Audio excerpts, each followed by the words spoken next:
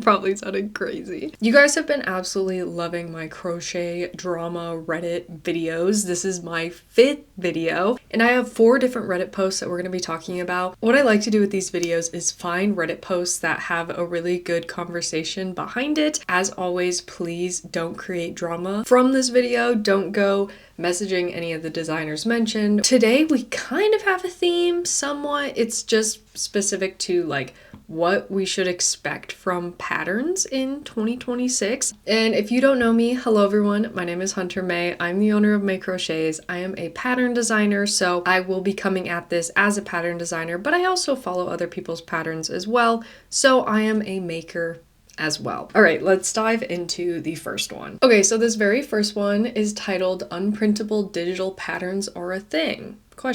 So I actually saw this post on my Instagram a while ago. Essentially, they posted a Instagram post, so we'll go through the post right now. So the first thing was no printing equals pattern unusable, and then read caption for more info. And then they put the next slide of the carousel was issue. There's a payment on hold for, this is a pattern designer, someone bought their pattern, and it says the issue that this customer said was that it was not as described. I purchased a digital crochet pattern and cannot access it to be able to work the pattern because it cannot be printed.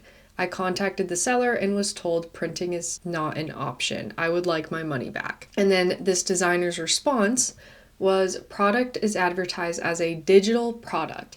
It can still be accessed and used digitally regardless if it allows the printing feature. Printing feature has been disabled for the safety of my intellectual property to prevent reselling and reproducing. Printing would have turned the product into a physical product, which is not intended.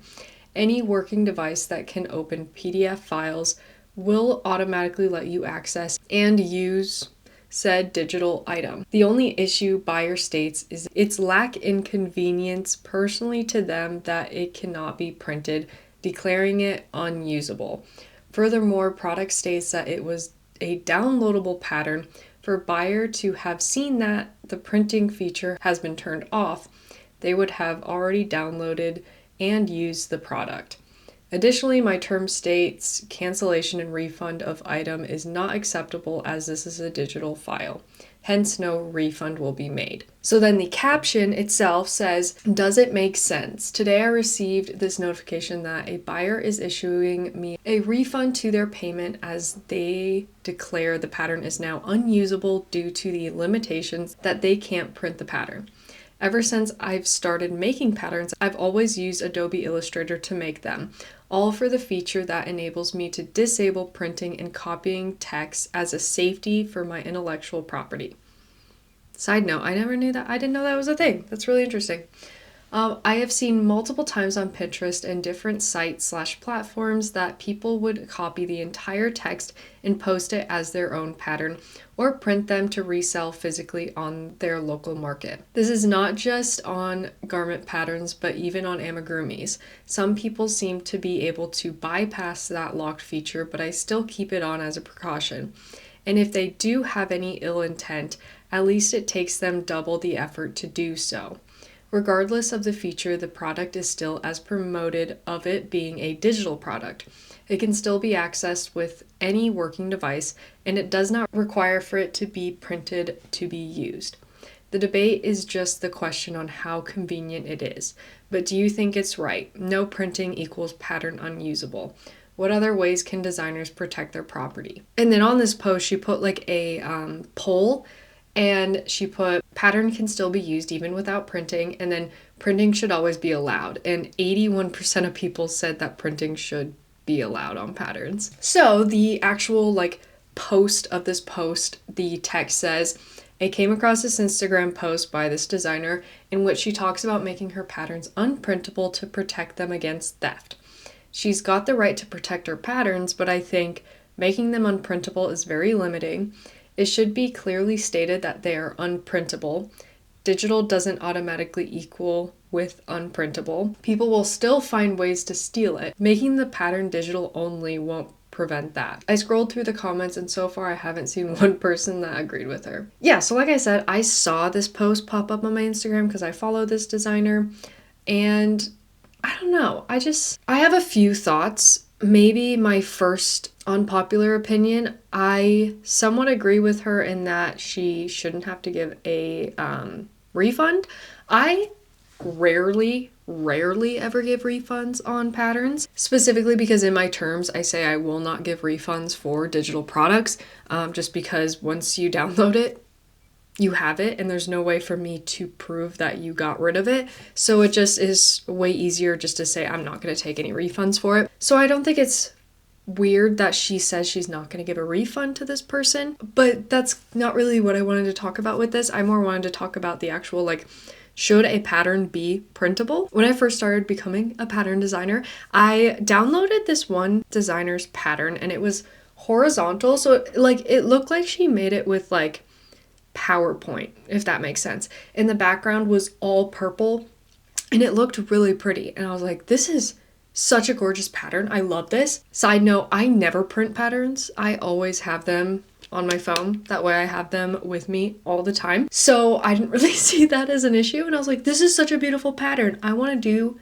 this type of pattern design. So I kind of like did a similar thing, and I slowly had to realize that people like to print patterns off, and that isn't the best thing to do. Yes, it's fun to make your pattern look super pretty in digital format, make the background a different color and design it and everything, but it makes it extremely difficult to print. I have seen some designers who actually will do a like stylized version of the pattern, and then they have like a zip file where there's that, and then there's an actual printable version of the pattern, which, I don't know, is a little strange. It's a lot of extra work for you as a pattern designer, and it's like, you might as well just do the printable one to begin with. I don't know if people care that much to have a super stylized pattern. Don't change the whole background, keep it white. I'd love to see her patterns in what she means by unprintable, because is it like a setting that she puts on the file itself, like embeds that it cannot be printed? Or is it just like the pattern is formatted in a way that would be terrible to print, like it's a whole different color in the background and things like that? I think for sure that we should be giving customers a nice pattern that is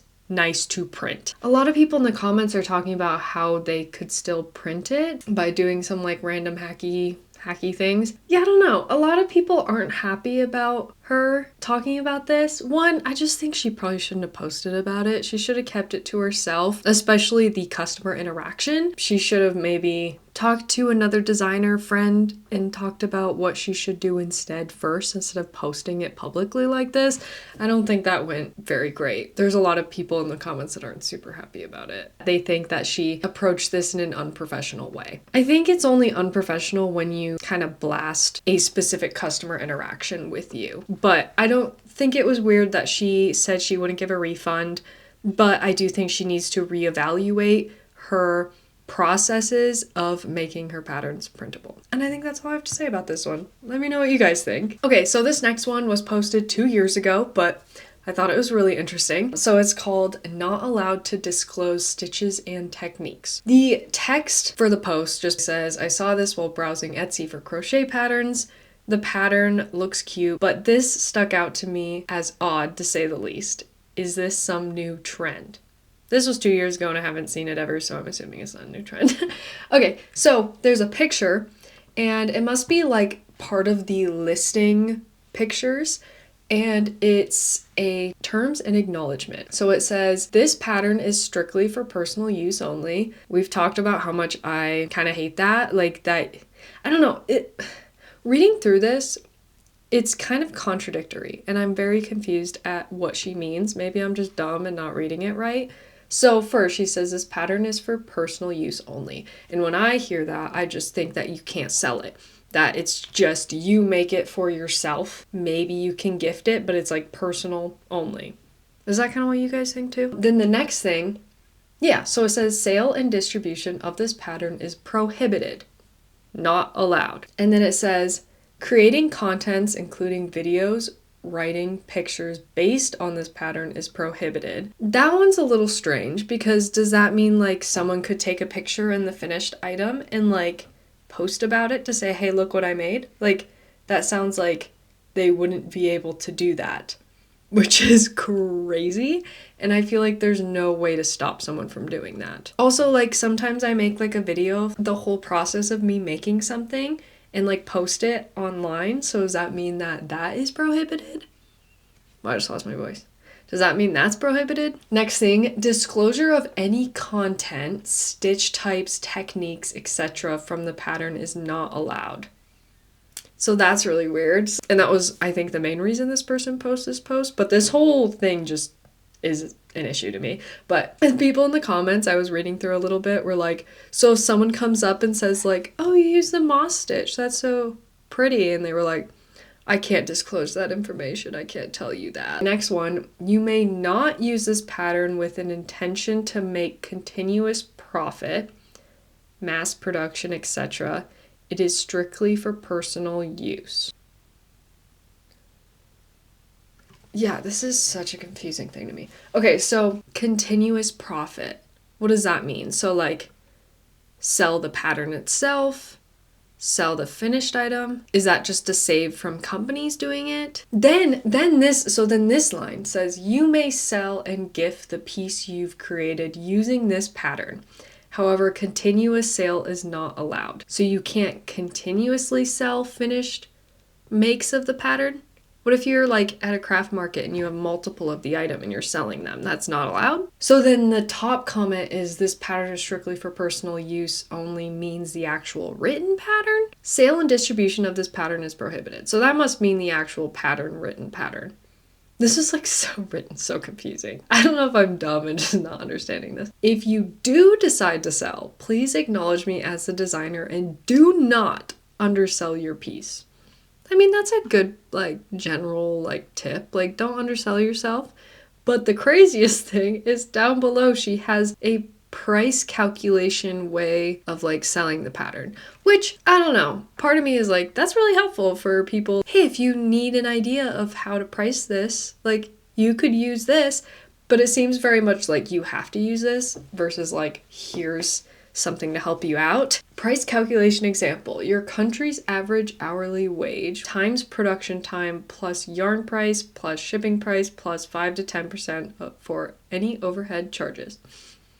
Yeah, that's valid. Okay, and then it says, you may, and I do encourage you to post a picture of your finished product on social media. And if you do, tag her. But then it said creating contents, including videos, writing, pictures based on this pattern is prohibited. I don't know what this person wants. And this is like the worstly? That was the worst. I was gonna say the worst worded, but I also don't know words. Yeah, I don't know. What are you guys' thoughts on this? Because this is crazy. Am I dumb for thinking this like contradicts itself? This goes back to like some conversations we've had before of just like, I hate when designers think they can just like make up rules like this that have some legality to them. They really don't. They just can think they can say and write whatever they want in the pattern and make it like, I don't know. It's so silly. Oh, the designer commented on it. Okay, she's explaining this, which is good. So she's gonna explain the terms. Personal use. This is very self-explained. Commercial use is not allowed. But then you said you could sell it. So that is commercial use. What? What? You can't make a tutorial using this pattern and release it. You can film content about the actual piece though, but like I said, anything that is based on or related to the contents in of the pattern is not allowed. Yeah, the continuous profit I think is specifically for big businesses. But yeah, what do you do for markets? Like that's kind of, you may sell the finished object, but advertising it as a long-term business model using my design falls under commercial usage. What would you say for like selling in a market though? Like I use a specific pattern and sell it at a market all the time and I advertise it to be something in my catalog that I sell. Would that be not like good for this? This is crazy. Yeah, I don't know what else to say because this just confuses me and it's really wild. Pattern designers don't do this. It's so weird. Like, I understand we want to try to protect our patterns, but like, this is just extreme. That's all I have to say. So the next one is from 4 years ago. I was finding some old ones that had like a general good conversation about it. So this one is called Criteria for Advanced Knitter. So this person mentions a thread that I don't know about right away. What would you consider the criteria to be for an advanced knitter? I am test knitting a pattern right now and I am shocked at how many test knitters consider it advanced beginner, while others rated it advanced. That's such a huge discrepancy. What skills would you say an advanced knitter possesses? For the record, I consider myself an advanced knitter, but don't want to overrepresent myself. ETA. Am I old? What does ETA stand for? Yeah, like estimated time of arrival. So what does it mean on Reddit? Am I dumb? It means estimated time of arrival. What? I don't know. Okay. This has been such... Is it edit? Edit to... I don't know. This has been such an interesting discussion. I very much agree that there are different niches of knitting, and perhaps that is where discrepancies come from. This pattern is a brioche sweater, so it makes sense to me that really the question should be followed up with, well, how well do you know brioche? So I picked out this post because picking a skill level for a pattern is so hard, because everyone has different ideas of what beginner, advanced beginner, intermediate, advanced all is. And I have the hardest time with it. It's so hard for me. When I think beginner, I don't usually think about that as like you've never picked up a set of knitting needles or like a crochet hook before. I usually assume that you know the basics. You've probably made a couple blankets with basic stitches and things like that. Then you might be able to do the next step, right? So that's kind of how I view beginner. Advanced beginner, I think like maybe it's a more complex design, but it's still basic stitches. And then intermediate is more complex design or construction. Advanced is like very complex. That's what's in my head. I don't know. But then other people completely like, when they say beginner, they think it should be like someone who literally has never done anything should be able to make it, which I don't know, is so hard, which kind of makes sense. I don't know, it's just very hard, and we don't really have like... So like an example of what I'm thinking of is we have the Craft Yarn Council. It is a website that has the sizing that everyone is universally agreed upon for all the sizes, extra small through 5X. Here's what the range of chest circumference should be. Here's the range of small, etc. We don't really have anything for that for skill levels of, okay, if your pattern has this, if it does this technique, then it should be categorized as advanced beginner. Like, we don't really have anything like that. It's kind of just, we guess. As pattern designers, we have no idea. And sometimes we ask our testers what they think the pattern should be labeled as. And like this person is saying, some said advanced, some said advanced beginner. It's very difficult. If you have any ideas of how I could better label the skill level of patterns, or if there are any resources out there for designers that I don't know about, let me know. But what do you guys think? Like, when you see a skill level on a pattern, do you guys take that to heart and like assume that's the case, or do you always take it with like a big grain of salt to be like, maybe it's that, who knows? I wish there was a website that said, here is what it means to be a beginner pattern. Should we create that? Okay, this last one I think is gonna make me rant, okay? Are you ready? So this one was 5 years ago, but we're going to talk about it anyways because it's still prevalent, okay? So it's labeled, why are crochet tutorials not plus size friendly? I'm somewhat new at crocheting. I made coasters and hats but never clothes. And that's only because I have a big chest plus on the chubbier side. And most YouTubers who crochet makes the top extra small and small, which they did say I can just crochet the number of rows until I get what I need to cover my torso or something. But that whole idea is so daunting to me, especially when I'm still sort of new.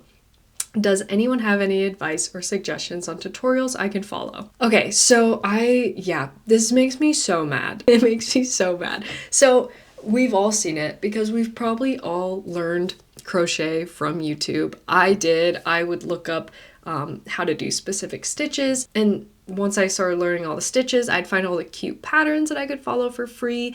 And there's so many crochet tutorials on YouTube, but most of the time it's made by someone who is kind of a beginner at designing, and they have zero information about the pattern. They have no gauge information. They just say, hey, we're gonna make this sweater. All right, you're gonna need weight for yarn and this size hook and chain this amount. Okay, what size are we making? What size are we making this for? You just like, you can't just say to like chain a certain amount and not say what size we're making it for. It makes no sense. It makes no sense, and it's so irritating to me. Literally follow any like free YouTube tutorial video, or like even like some people do like quick videos on TikTok, like how I made this like shrug. I chained this amount. It's like, okay, that helps for you, but that doesn't help for me. What size are you? What size are you making? Oh, it's so irritating. And the worst part is that these videos actually do really well, because when a beginner sees the exact number that they need to chain, they're easy peasy. They don't have to think at all. I have the yarn they told me to have. I had the hook size and they told me to do this, so I'm going to do this. So it's super easy to follow, but there's literally no guarantees that it's actually going to fit you because they didn't tell you anything about the fit information.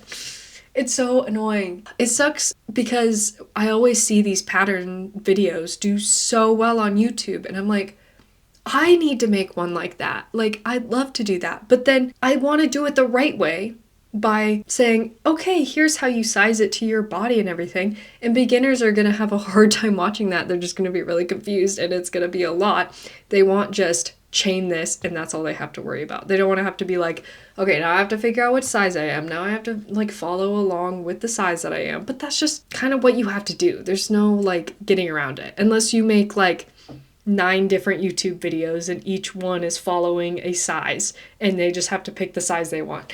I don't know what the answer is to it. It's so infuriating, and especially if you are a plus size person, it makes it really hard because most of the patterns are like small or medium, where it's like a lot of people are in that size, and a lot of like younger people are who are first learning crochet, so they're like, oh yeah, I'll just follow this and it worked well for me, but it just happened to work well because they are a smaller size. Oh, it's so irritating to me.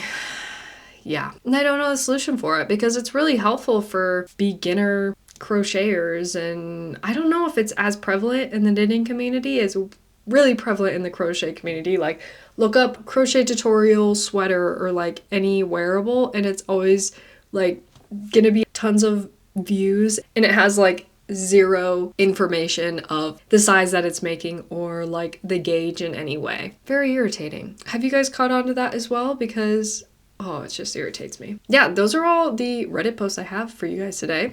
I really hope you enjoyed watching this video. If you guys have any specific drama Reddit posts that you want me to cover in the next video, please comment them down below or email them to me. I need some suggestions because I try to find more and I have to wait like a few weeks until new things pop up, but then I keep grabbing some old things, and I don't want to necessarily have to like dive into this really deep drama related thing. I just want these types of posts that have good conversations behind it, and conversations of how we can make the fiber arts community better and how designers can make their patterns better and things like that. Yeah, but thank you so much for watching, and I will see you in the next video.